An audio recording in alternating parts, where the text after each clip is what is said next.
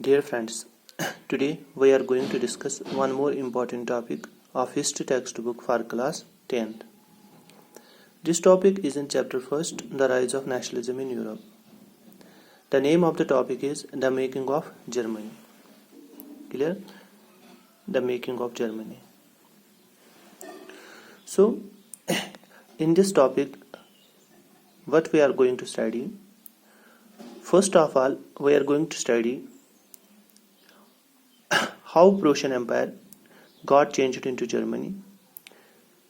क्योंकि मैंने आपको इससे पहले भी बताया कि जो जर्मनी थी, जो मॉडर्न जर्मनी थी, उस टाइम ये एग्जिस्ट नहीं हो पा रही थी. क्लियर? तो ये प्रूशियन एम्पायर के नाम से मशहूर थी, क्योंकि जर्मनी का जो मॉडर्न जर्मनी है, क्योंकि जर्मनी जो थी, it was divided, it was scattered under the Prussian Empire. Clear? Prussian Empire के अंडर ही जर्मनी स्कैटर्ड थी, जर्मनी डिवाइडेड थी. क्लियर? तो दूसरा चीज जो हम इसमें पढ़ने जा रहे हैं कि जर्मनी की यूनिफिकेशन के पीछे किन लोगों ने बहुत इंपॉर्टेंट रोल प्ले किया, यानी who were the main important figures or who were the main important leaders who took the responsibility for the unification of Germany. Clear? तो इसमें हम दो इम्पॉर्टेंट लीडर्स का पढ़ लेंगे. एक तो पढ़ेंगे जो प्रूशिया का किंग था, जिसका नाम था काइसर विलियम फर्स्ट, उसका पढ़ेंगे. और प्रूशिया का चीफ मिनिस्टर था, जिसका नाम था ओटोमन बिस्मार्क. क्लियर? इन दो इम्पॉर्टेंट लीडर्स का पढ़ेंगे इस टॉपिक में. Clear? So starting the topic. लेकिन अगर आप अपनी टेक्स्ट बुक ओपन करोगे तो टेक्स्ट बुक के जिस पेज पे ये लिखा है the making of Germany, clear, वहां पे उस मेकिंग ऑफ जर्मनी के नीचे एक क्वेश्चन दिया है, can the army be the architect of a nation? क्या किसी नेशन को बनाने वाले आर्मी होते हैं, या आर्मी कैसे किसी नेशन को कंस्ट्रक्ट करते हैं? क्लियर? यानी किसी नेशन को आर्मी कैसे कंस्ट्रक्ट करती है, तो वो चीज हम इसमें पढ़ेंगे. क्लियर? तो स्टार्टिंग हम पहले पढ़ेंगे कि nationalist sentiments were often mobilised by conservatives for promoting state power and achieving political domination over Europe. जहां नेशनल सेंटिमेंट्स की बात आती है, तो नेशनलिस्ट सेंटिमेंट्स लोगों में डेवलप करने के लिए जो इम्पॉर्टेंट रोल प्ले कर रहे थे, that were the educated middle class people. तो मिडिल क्लास लोग जो थे हुए मतलब एजुकेटेड, हुए प्रॉस्पेरस. क्लियर? वो लोग ज़्यादातर लोगों में नेशनलिस्ट सेंटिमेंट्स बिल्डअप कर रहे थे. लेकिन यहाँ पे हम उसका कुछ उल्टा ही पढ़ रहे हैं. यहाँ पे हम पढ़ रहे हैं कि these nationalist sentiments were often mobilized by conservatives. कि अब की बात जो हम देखेंगे कि कंजर्वेटिव्स भी नेशनलिस्ट फीलिंग्स लोगों में डेवलप करने लगे. क्लियर?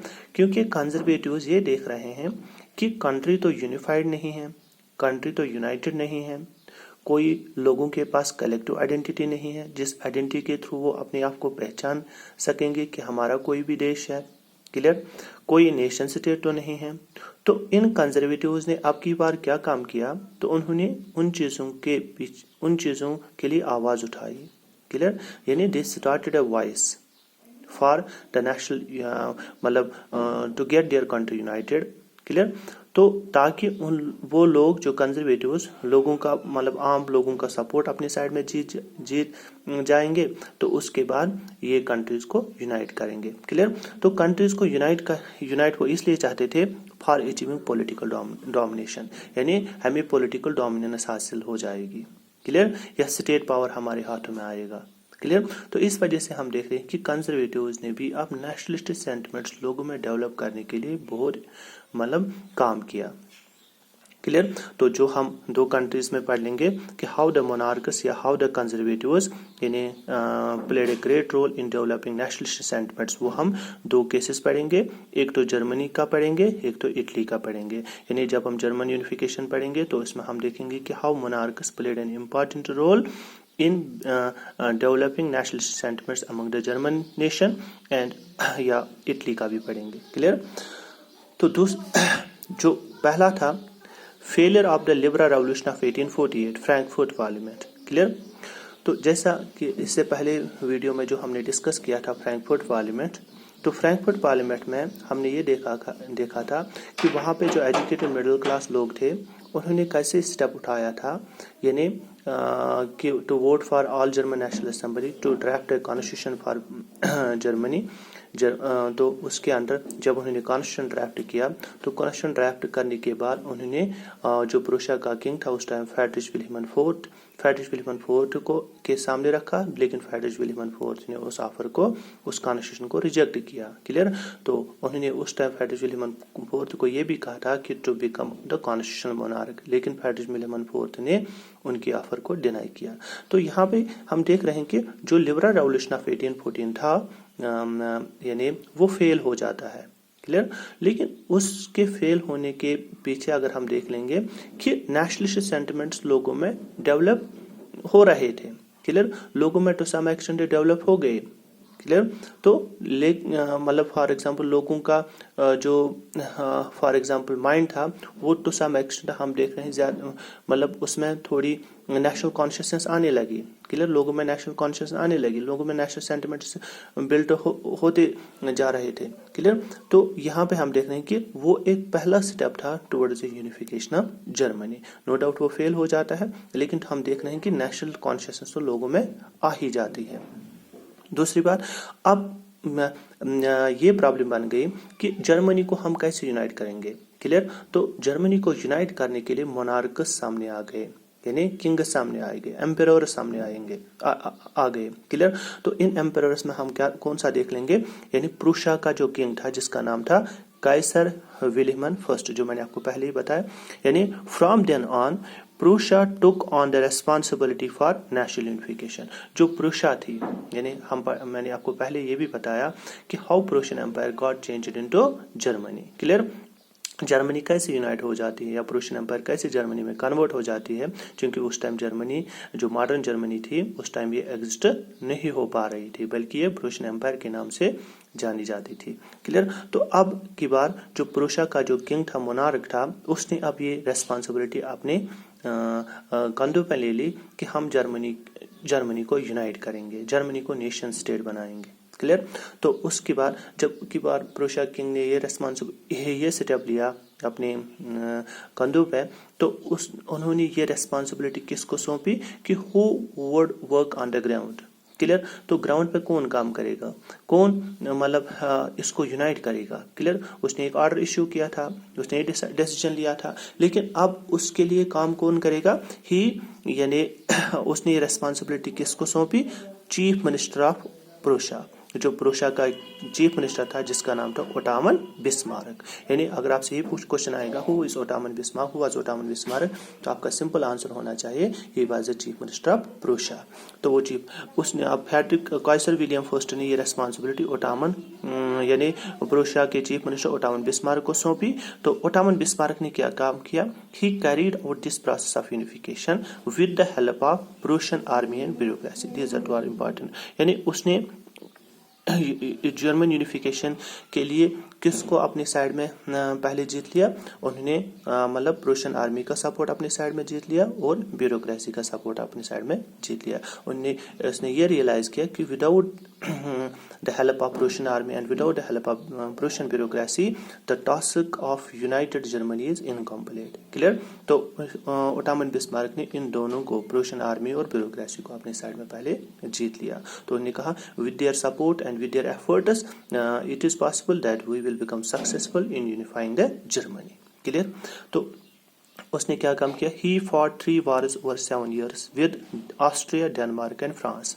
चूंकि ये जो 3 फॉरेन पावर्स थे, ऑस्ट्रिया, डेनमार्क एंड फ्रांस, इनके अंडर प्रूशियन एम्पायर का बहुत बड़ा हिस्सा था।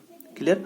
तो डेनमार्क के अंडर भी प्रूशियन एम्पायर का कुछ हिस्सा था, ऑस्ट्रिया के अंडर भी कुछ प्रूशियन एम्पायर का कुछ हिस्सा था, फ्रांस के अंडर भी प्रूशियन एम्पायर का कुछ हिस्सा था। तो अब ओटोमन बिस्मार्क ने ये डिसाइड किया कि the task of unifying Germany is incomplete unless and until these three powers, यानी the control of these three powers will not be ousted from the parts of Prussia. यानी Prussian empire Germany तब तक unite नहीं होगी जब तक इन तीन powers का इन्फ्लुएंस यानी जर्मनी के उन पार्ट्स से नहीं हटाया जाएगा, क्लियर, जो पार्ट्स इन तीन पावर्स के अंडर में है, क्लियर। तो उन्होंने ये डिसाइड किया कि तो इस वजह से हम देख रहे हैं कि उसने 7 सालों में 3 वार्स फाट के इनके साथ, ऑस्ट्रिया, डेनमार्क एंड फ्रांस के साथ, क्लियर। तो that wars are famous by the name of Punic Wars, clear. तो इन वार्स को प्यूनिक वार्स भी कहते हैं, क्लियर। तो ऑस्ट्रिया के साथ, डेनमार्क के साथ एंड फ्रांस के साथ, क्लियर। तो जब इन 3 वार्स में उसको सक्सेस हासिल हुई, जब इन 3 पावर्स का इन्फ्लुएंस, इनका कंट्रोल प्रूशियन एम्पायर के डिफरेंट पार्ट से हटाया गया, तो उसके बाद हम देख रहे हैं कि इन जनवरी 1871 आफ्टर जर्मन यूनिफिकेशन, जब जर्मनी यूनाइट हो जाती है तो 1871 में उसकी complete process of unification complete हो जाती है। तो 1871 में ये लोग क्या डिसाइड करते हैं, उसके बाद Kaiser William first the Prussian king, जो काइसर विलियम फर्स्ट था, जो प्रूशिया का किंग था, was proclaimed German emperor in the hall of mirrors in the palace of Versailles। क्योंकि वर्साइलिस एक सिटी का नाम था जर्मनी में, तो ये लोग मतलब सभी लोग जो काम कर रहे थे जर्मनी की यूनिफिकेशन के लिए, वो कहाँ पे असेंबल हो गए, in the hall of mirrors. ये एक जगह है, एक पैलेस है, कहाँ पे, वर्साइलिस में, वहीं पे असेंबल हो जाते हैं। तो वही असेंबल होने के बाद वो वहाँ पे डिक्लेयर करते हैं, प्रोक्लेम करते हैं कि Kaiser William first will no longer be the king of Prussia but he will be the king of whole Germany. ये अब पूरी जर्मनी का किंग होगा, क्लियर। तो इस तरीके से हम देख रहे हैं कि प्रूशियन एम्पायर, जो काइसर विलियम फर्स्ट था, जो पहले प्रूशियन एम्पायर का किंग था, जिस प्रूशियन एम्पायर के अंडर जर्मनी डिवाइडेड थी, अब ये प्रूशियन एम्पायर कैसे कन्वर्ट हो जाती है जर्मन एम्पायर में, क्लियर, या जर्मन नेशन में। तो वहां पे हॉल ऑफ मिरर्स में ये वहां पे डिक्लेयर करते हैं Kaiser William first to be the empire of Germany. तो उसके बाद हम देख रहे हैं यहाँ पे अब की बार जो जर्मनी बन गई, क्योंकि जो पहले मॉडर्न प्रिंसिपल्स खाली कहाँ पे ऑपरेशनल थे, प्रूशिया में, क्लियर। तो जिस प्रूशिया ने स्टेप लिया था towards the unification of Germany, और वो स्टेप कंप्लीट और वो मिशन कंप्लीट भी हुआ। तो यहाँ पे हम देख रहे हैं कि द न्यू स्टेट, जो अब ये नई न्यू नेशन स्टेट इमर्ज हुई in the form of Germany, placed a strong emphasis on modernising the currency. उन्होंने अब मॉडर्न प्रिंसिपल्स पे ज्यादा एम्फेसिस दे दिया, क्योंकि जो मॉडर्न प्रिंसिपल्स अभी तक कहाँ की जगह तक कन्फाइन थे, खाली प्रूशिया में कन्फाइन थे। अब वही मॉडर्न प्रिंसिपल्स प्रूशिया से बाहर भी यानी होल जर्मनी में ऑपरेशनल बन गए। यानी उन्होंने अब जो नई state in the form of Germany बन गई, उन्होंने अब किसके ऊपर एम्फेसिस दे दिया, मॉडर्न प्रिंसिपल्स पे एम्फेसिस दिया। यानी करेंसी को रिफॉर्म करने के लिए उन्होंने एम्फेसिस दे दिया, बैंकिंग सेक्टर को यानी मॉडर्नाइज करने के लिए उन्होंने एम्फेसिस दे दिया, जुडिशियल सिस्टम को यानी मॉडर्नाइज बनाने के लिए उन्होंने एम्फेसिस दे दिया, क्लियर। तो I hope that you have got this topic properly.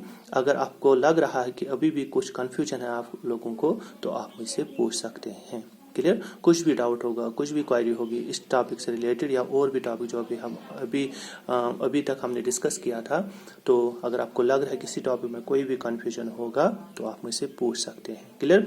तो इसके बाद जो नेक्स्ट टॉपिक होगा वो है यूनिफिकेशन ऑफ जर्मनी, क्लियर। वो हम नेक्स्ट वीडियो में लेंगे, ठीक है। तो थैंक यू।